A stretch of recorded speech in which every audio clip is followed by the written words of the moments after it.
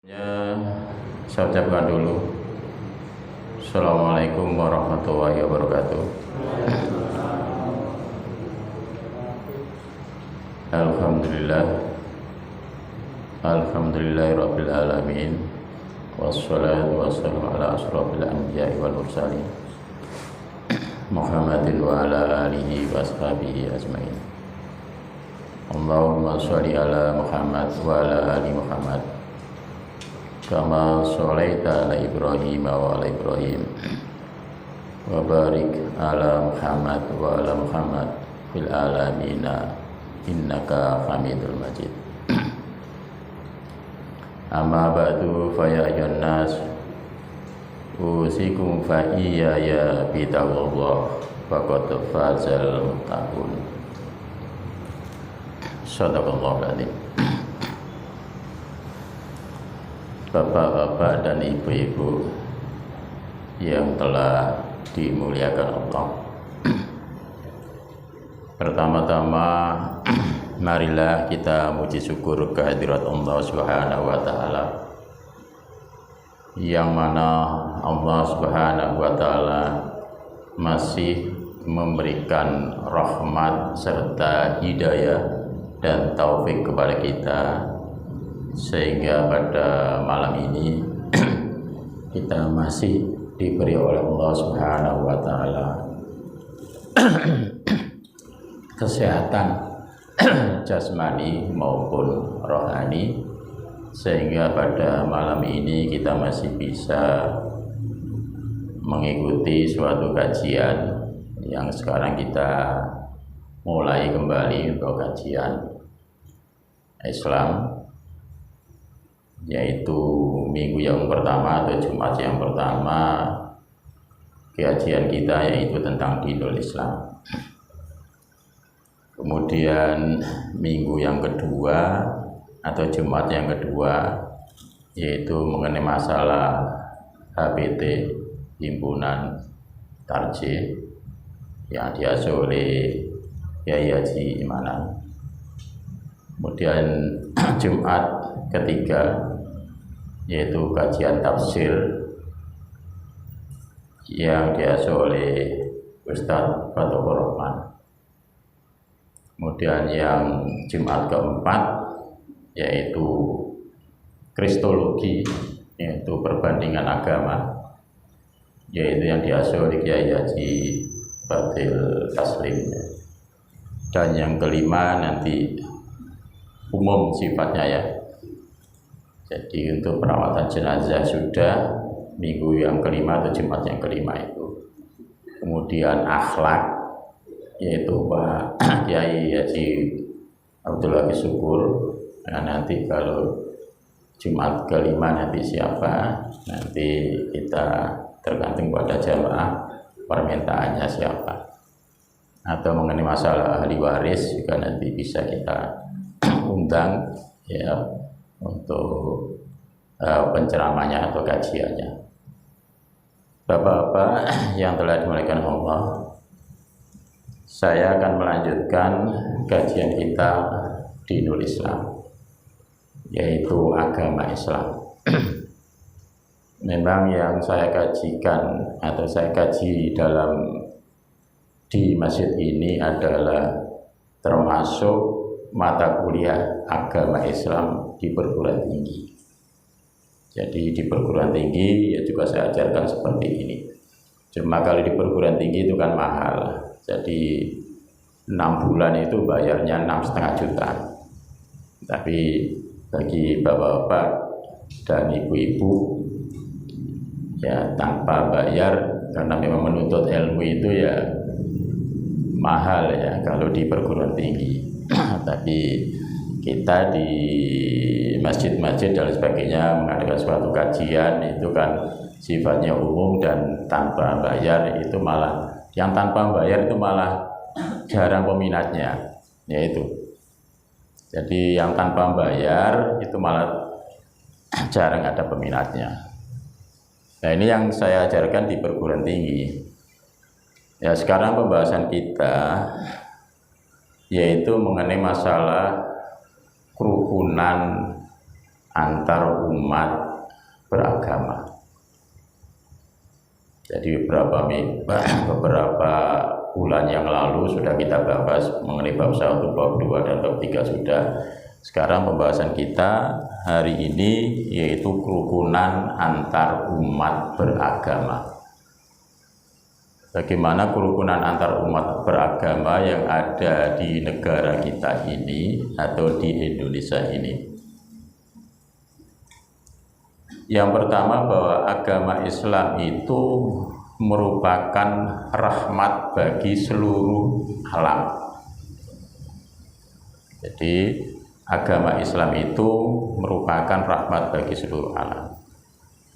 Al-Quran surat Al-Anbiya 107, wa ma arsalnaka illa rahmatan lil alamin. Jadi dalam Al-Quran surat Al-Anbiya ayat 107 di situ tentang bentuk-bentuk kerahmatan Allah pada ajaran Islam itu adalah satu, Islam itu menunjukkan manusia jalan hidup yang benar. Jadi kerukunan antar umat beragama memang di negara kita atau di Indonesia ini ada 6 agama. Nah, sebelumnya itu cuma 5. Berarti ketambahan 1 agama apa? Konghucu. Tambahan 1. Dan itu pun akan bisa bertambah nanti. Jadi maunya 5, sekarang ada 6, nanti bisa juga akan ada 7. Karena apa? Karena masih banyak agama-agama yang lain itu antri, ya antri dalam arti mereka ke pemerintah agar supaya agama mereka itu bisa disetujui, bisa diakui. Ya termasuk agama Konghucu sebelumnya bukan menjadi agama. Dan itu pun agama Konghucu itu disetujui sebagai agama itu pada saat presidennya siapa? Almarhum Gus Dur diakui sebagai agama. Padahal maunya kan agama Islam, Hindu, Buddha, Kristen, ya. Kemudian Katolik atau Hindu 5 tambah 1 Konghucu. Tapi suatu saat akan bisa tambah, tergantung kepada kepimpinannya. Karena agama-agama yang lain itu ya banyak antri ke pemerintah supaya agama saya itu bisa diakui. Nah, dengan adanya beberapa agama itu tentunya dalam kehidupan kita diatur oleh negara, oleh pemerintah, yaitu bagaimana dalam kerukunan antar umat beragama itu. Walaupun masing-masing agama mengakui suatu kebenarannya, walaupun masing-masing agama baik Hindu, Buddha, ya Kristen, Katolik, Hindu mengakui kebenarannya, Konghucu itu juga semuanya mengakui suatu kebenarannya. Karena apa? Karena mereka untuk mengikuti suatu agama yang mereka ikuti itu mereka sudah yakin, sudah akidah. Jadi sudah yakin. Nah, dalam agama Islam di sini adalah sebagai rahmatan lil alamin. Jadi sebagai rahmatan lil alamin disebutkan dalam Al-Qur'an tadi surat Al-Anbiya, wa ma arsalnaka illa rahmatan lil alamin. Dalam bentuk-bentuk ajaran Islam, yang pertama bahwa Islam itu menunjukkan manusia jalan hidup yang benar. Jadi kita tidak usah ragu untuk memeluk suatu agama Islam ini. Karena di sini Islam itu menunjukkan kepada kita semua bahwa itu adalah jalan yang benar. Mutlak suatu kebenarannya. Jadi tidak usah ragu. Kita memeluk suatu agama ini karena Islam itu adalah menunjukkan suatu jalan kebenaran. Itu bentuk yang pertama dalam Al-Quran surat Al-Anbiya ayat 107. Bentuk yang kedua, Islam itu memberikan kebebasan kepada manusia menggunakan potensi yang diberikan oleh Allah secara tanggung jawab. Jadi Islam itu sendiri memberikan kepada kita untuk memilih suatu agama. Yang ada 6 tadi ya. Yang terakhir agama kaum hijau itu bebas. Kita bisa memilih apa saja. Karena apa? Karena kita telah diberi oleh Allah suatu potensi, suatu akal pikiran. Tentunya suatu akal pikiran ini adalah untuk kita bisa memilih mana yang agama yang benar, mana agama yang tidak benar. Jadi mana agama yang tidak benar. Sehingga kita harus bisa menggunakan potensi yang telah diberikan oleh Allah itu.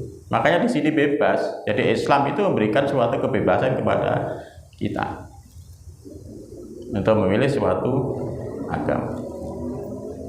Nah, sehingga kalau kita masing-masing sudah memeluk suatu agama, tentunya dalam hidup kita agar supaya bisa kondusif, itu ya tentunya kita bisa menjaga suatu kerukunan antar umat beragama.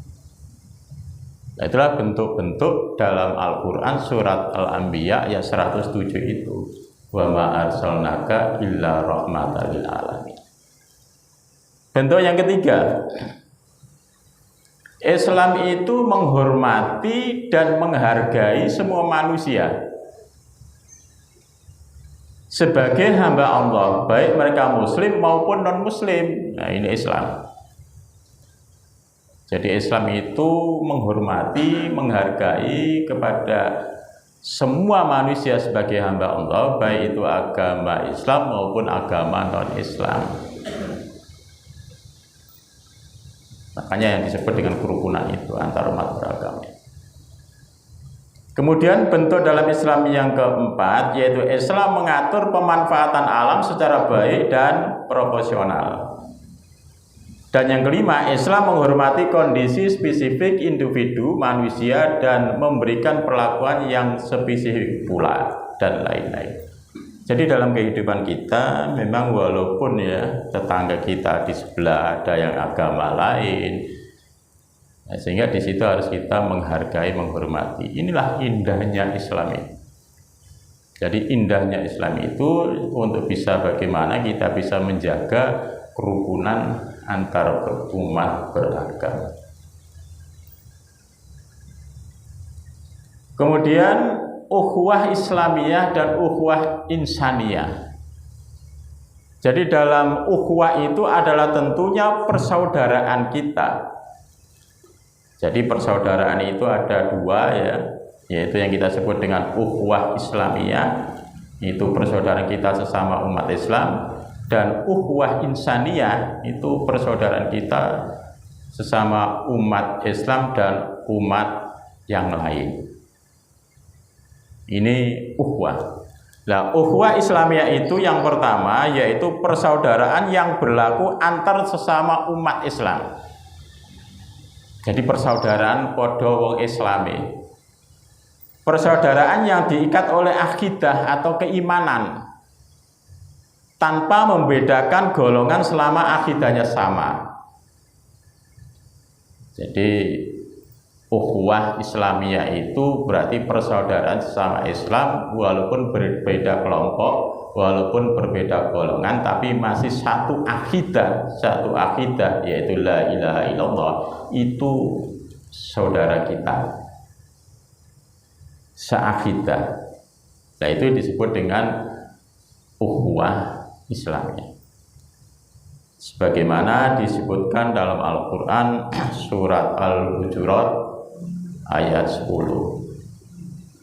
yang bunyinya innamal mu'minuna ikhwatun fa aslihu baina akhwaikum wattaqullaha la'allakum turhamun. Jadi sesungguhnya ya kita itu adalah bersaudara, maka perbaikilah saudara kita di antara kita itu. agar kita menjadi orang yang betul-betul bertakwa kepada Allah. Nah, ini ukhuwah yang pertama yang kita sebut dengan ukhuwah Islamiyah. Kemudian yang kedua yaitu ukhuwah insaniyah. Ukhuwah insaniyah itu adalah persaudaraan yang berlaku pada semua manusia secara universal. Berarti umum, tidak peduli itu agama apa orangnya. Ya, tanpa membedakan agama, suku, ras, dan aspek kekhususan lainnya. Jadi tidak membedakan ya, yang disebut dengan ukhuwah insaniyah itu. Walaupun mereka itu agama lain, ya itu saudara kita. Ya, itu saudara kita. Tetapi saudara insaniyah, saudara-saudara sama hamba Allah, ya itu termasuk saudara kita walaupun berbeda agama. Nah, sehingga disitulah untuk menjaga suatu kerukunan antar umat beragama. Cuma kadang-kadang dalam kehidupan kita di lapangan secara implementasi itu kadang-kadang berbeda agama atau berbeda kelompok, berbeda golongan itu sudah menjadi musuh gitu. Ini kenyataan di lapangan. Antara organisasi ini dengan organisasi ini sudah menjadi ya musuh. Padahal dalam ukhuwah Islamiyah di situ adalah itu saudara kita, semestinya harus saling menghargai, saling menghormati. Makanya memang untuk mengeterapkan kerukunan antar umat beragama ini kadang-kadang kita sulit. Kadang-kadang di sebelah sudah ada masjid, kemudian mau agama lain mau membangun tempat ibadah, gereja, ya, maka karena berdekatan tentunya kita akan marah. Sehingga di Surabaya ini belum kita menemukan ada satu tempat untuk tempat ibadah, bermacam-macam tempat ibadah, itu belum kita temukan. Kalau di Surabaya baru di Masjid Agung sebelahnya ada gereja gitu ya. Tapi kan belum lengkap, termasuk agama-agama yang lain. Itu belum kita temukan di Surabaya. Tapi kalau di Bali itu saya kira sudah bisa kita ketemukan. Di Bali yang sehingga menjadi tempat wisata itu. Di situ adalah satu komplek, ada berbagai macam tempat ibadah. Mungkin bapak-bapak, ibu-ibu pernah datang ke sana. Yang namanya puja apa itu? Bukan puja sera ya. Puja Mandala. Puja Mandala ini adalah tempat ya, satu tempat ibadah berbagai macam-macam. Ada masjid, ada gereja, ada wihara, ada kelenteng, sehingga di situ menjadi tempat daya tarik para wisata datang ke sana. Nah ini di Bali sudah kita ketemukan, tapi di Surabaya belum kita ketemukan itu. Ya, tempat ibadah menjadi tempat ibadah ya masing-masing dalam satu komplek gitu ya. Itu belum kita ketemukan di Surabaya. Tapi di Bali sudah ada kita ketemukan, sehingga menjadi tempat daya tarik wisata. Kok bisa gitu ya? Ya tempatnya agak jauh, ya berdekatan. Jaraknya kira-kira ya 7 meter berbeda tempat ibadah. Sehingga kalau melaksanakan ibadah mereka ya sesuai dengan keyakinan mereka. Kalau Kristen ya ke gereja, kalau Islam ya ke masjid. Karena sudah komplek di situ. Jadi sudah ada komplek. Nah, itulah untuk menjaga suatu kerukunan antar umat beragama. Sehingga di situ sering didatangi oleh ya, wisatawan. baik wisatawan lokal maupun wisatawan ya, luar. Ini menjadi daya tarik kerukunan antar umat beragama, sehingga dalam kehidupan mereka bisa kondusif gitu, bisa aman, bisa tentram. Nah sekarang kalau kita di Surabaya ini saja, di sebelahnya sudah ada masjid, yang sebelahnya membangun gereja, pasti ramai itu. Pasti ramai walaupun sudah ada aturannya ya untuk membangun tempat ibadah itu, jaraknya itu sudah ada. Dan tentunya untuk minta persetujuan daripada warga yang mau ditempati untuk membangun tempat ibadah itu. Jadi sudah ada aturannya dari pemerintah itu. Nah, termasuk di sebelah itu kan sudah ada gereja ya. Tapi itu kan bukan lokasi kita, itu ikut babatan kan itu. Nah, kita ada di Tempereja sudah ada masjid mestinya. Tapi bagaimana karena mereka berbeda ya, berbeda tempat, berbeda desa ya. Ya, tempat berbeda desa di situ. Memang aturannya sudah ada. Ya, sehingga untuk menjaga kerukunan antar umat beragama ini ya memang kadang-kadang ya sulit. Ya, kadang-kadang untuk menjaga suatu kerukunan itu ya sulit. Nah, maka kalau bisa ya kita mencontoh yang ada di Bali, di Surabaya, bagaimana kita buatkan kompleks gitu ya, untuk menjaga suatu kerukunan ini, kerukunan antar umat beragama. Satu kompleks, di situ ada berbagai macam tempat ibadah. Nah, selama ini kan belum ada, merencal-merencal. Mungkin di Pantai Ria Kenjeran di dalam itu kan baru ada apa itu, kelenteng apa wihara itu. Ya, tapi kan kita belum menemukan dalam satu kompleks itu. Ya, inilah kerukunan antar umat beragama. Kemudian kebersamaan dalam pluralitas agama. Pluralitas agama. Pluralitas agama merupakan fenomena nyata yang ada dalam kehidupan, merupakan hukum alam sunatullah yang mesti terjadi dan tidak mungkin terelakkan. Ia sudah merupakan kodrati dalam kehidupan, sebagaimana disebutkan dalam Al-Quran surat Al-Hujurat ayat 13 itu. Bapak dan ibu-ibu, memang kita untuk menjaga suatu kerukunan antar umat beragama itu memang harus sangat penting sekali dalam kehidupan kita ini. Sehingga apa? Sehingga dalam kehidupan kita itu bisa aman, bisa kondusif gitu ya. Termasuk di Simokerto Gang 3 itu Masjid At-Taqwa itu kan takmirnya juga saya.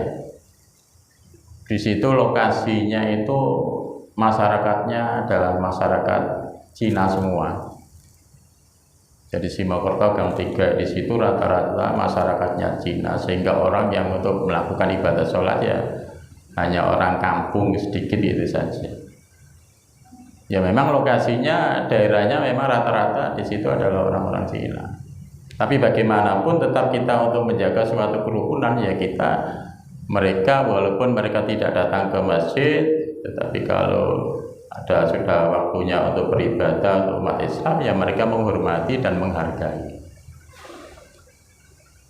Ya tentunya mereka itu bisa menjaga suatu kerukunan antar umat beragama. Apalagi dalam kehidupan kita ya, yang kita sebut tadi di Bali tadi itu kan rata-rata agama mereka kan orang apa itu, agama Hindu. Sehingga kalau kita datang ke sana untuk menemukan masjid juga jarang kan begitu. Tapi kan kita tetap menghargai dan menghormati ya tempat-tempat ibadah mereka. Sepanjang jalan itu kan ada tempat-tempat ibadah mereka yang dikemuli sarung gitu ya, warna hitam putih gitu. Itu kan kita menghargai, menghormati, tidak mengganggu. Nah itulah ya pentingnya kerukunan antar umat beragama itu. Nah dalam kerukunan antar umat beragama tentunya di situ masuk dalam ukhuwah atau persaudaraan insaniyah. Walaupun berbeda agama, tapi itu adalah saudara kita. Itu disebut dengan ukhuwah insaniyah. Jadi bukan ukhuwah Islamiyah, tapi insaniyah. Jadi saudara sesama manusia, walaupun berbeda agama itu tadi. Sehingga itu tetap saudara kita. Beda dengan ukhuwah Islamiyah tadi. Berarti kalau ukhuwah Islamiyah yaitu sesama umat Islam, walaupun berbeda kelompok, walaupun berbeda golongan, tapi masih dalam satu akidah, yaitu akidah agama Islam. Bapak-bapak dan ibu-ibu, kerukunan dan kebebasan yang didambakan dalam Islam bukan yang bersifat semu. Ya memang kerukunan dan kebebasan itu ya memang didambakan oleh semua manusia, tidak semu gitu. Bukan hanya pura-pura saja gitu, tidak semu. Tetapi yang dapat memberikan rasa aman pada jiwa setiap manusia. Oleh karena itu langkah pertama yang harus dilakukan adalah mewujudkan dalam setiap diri individu. Jadi kerukunan ya, kerukunan. Bahkan kita sesama teman kita, ya kita kan harus juga rukun, baik kan gitu. Kadang-kadang saling curiga, ya ini kan tidak boleh, apalagi suudzon dan sebagainya. Nah ini untuk menjaga itu. Ya, jadi jangan sampai kita sesama umat Islam itu saling curiga dan sebagainya. Jadi kalau sudah saling curiga, saling suudzon, itu apapun yang kita lakukan itu dianggap sudah tidak baik. Karena langkah pertama mereka sudah suudzon dan langkah mereka sudah menyatakan tidak benar, sehingga apa yang kita lakukan itu sudah dianggap tidak benar. Nah, sehingga kita bisa menjaga seperti itu ya, bagaimana dalam kehidupan kita itu ya bisa baik, bisa kondusif, bahkan saling menghargai, menghormati. Nah, ini tentunya harapan bagi kita ya dalam kerukunan antar umat beragama itu. Jadi memang banyak sekali Al-Quran yang telah menyebutkan ya, jadi tentang masalah kerukunan antar umat beragama itu.